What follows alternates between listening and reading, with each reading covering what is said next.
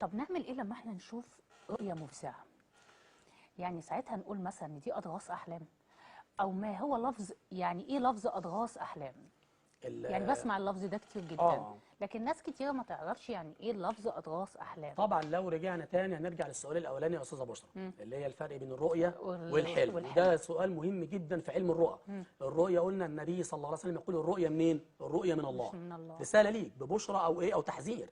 يعني يا اما بشرى ربنا بيبشرك بشيء، يا اما بيحذرك من حاجه تاخد بالك منها. ولسه برضه هنتطرق للموضوع ده، هل انا ممكن لو في حاجه مفزعه او حاجه لا قدر الله كارثه هتحصل ممكن اردها؟ يعني ممكن اعمل حاجات الرؤيه ما تحققش؟ طبعا. ده كله في علم طب في ايه علم الرؤى. ايه الحاجات دي يا شيخنا ايه اللي الحاجات ممكن دي؟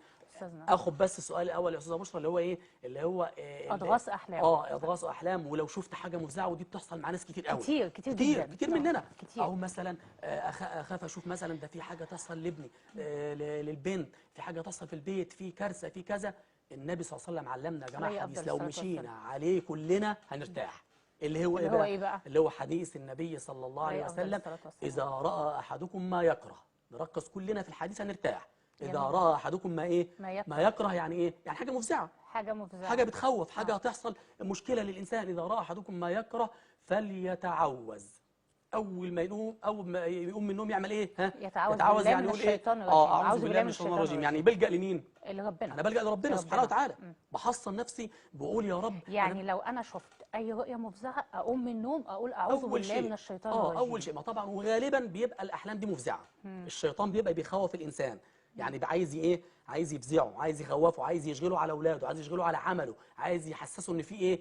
ان في كارثه هتحصل. فالنبي صلى الله عليه وسلم بيقول لك اول حاجه تعملها فليستعذ بالله. اول حاجه تقوم اعوذ بالله من الشيطان الرجيم، تمام؟ وليتحول عن جنبه الذي كان ينام عليه. يعني لو هو نايم على الجنب اليمين الله ينور عليك، ينام على الجنب الشمال. كان نايم على اليمين اتحول على الشمال. طب ايه الهدف؟ ايه الهدف يا رسول الله؟ يعني ايه يعني اكيد كل حاجه مع ان الرسول صلى الله عليه وسلم اوصى ان احنا ننام على جنبنا على اليمين الايمن. اليمين. جميل. أيوة. جميل فعلا. احنا طبعا دي وصيه النبي ودي من هدي النبي. أيوة. ولكن في النقطه دي بالذات لازم نتحول. ليه بقى يا رسول الله؟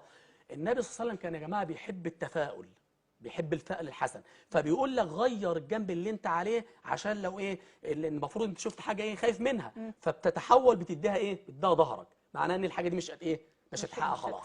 هتتحول من الشر، انت بتتحول من جنبك، بتتحول من الشر للايه؟ للخير. فكده دي حاجه. وبعد كده وليتفل عن يساره، ينفخ كده عن شماله 3 مرات. وده حديث النبي صلى الله عليه وسلم. وختم الحديث الرسول بحاجه رائعه قوي يا استاذه بشرى. إيه؟ قال فانها لا تضره. يعني لو عمل ال3 حاجات دول فانها لا تضره، يعني لو شاف الحاجه الحاجه دي دي مش هيضره اي حاجه. طب ده حاجه. طب لو حكى الكلام ده، لو طلع بقى الناس ومصر ان هو انا شفت كذا يا جماعه، ممكن يحصل له مشكله.